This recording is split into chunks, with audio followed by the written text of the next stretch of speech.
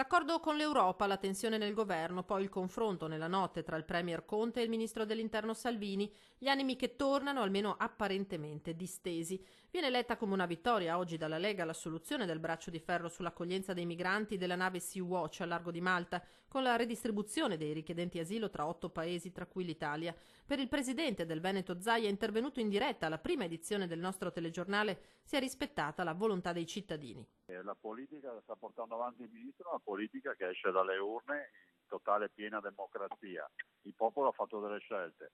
Finché si va in questa direzione il popolo resta attore principale, protagonista in questa fase storica. Invece qualcuno vorrebbe che i cittadini andassero a votare e poi qualcun altro decide al posto loro. Direi che la politica che stiamo facendo oggi rispetto all'immigrazione che sta facendo Matteo Salvini va nella fase di rispetto del popolo. Zaia perplesso tuttavia sull'affidamento dei migranti alla Chiesa Valdese non basta a risolvere, dice, le conseguenze legate all'ospitalità. Noi siamo una comunità che conosce la compassione e la solidarietà, premesso che fatto 10 le statistiche ci dicono che almeno 9 non sono profughi.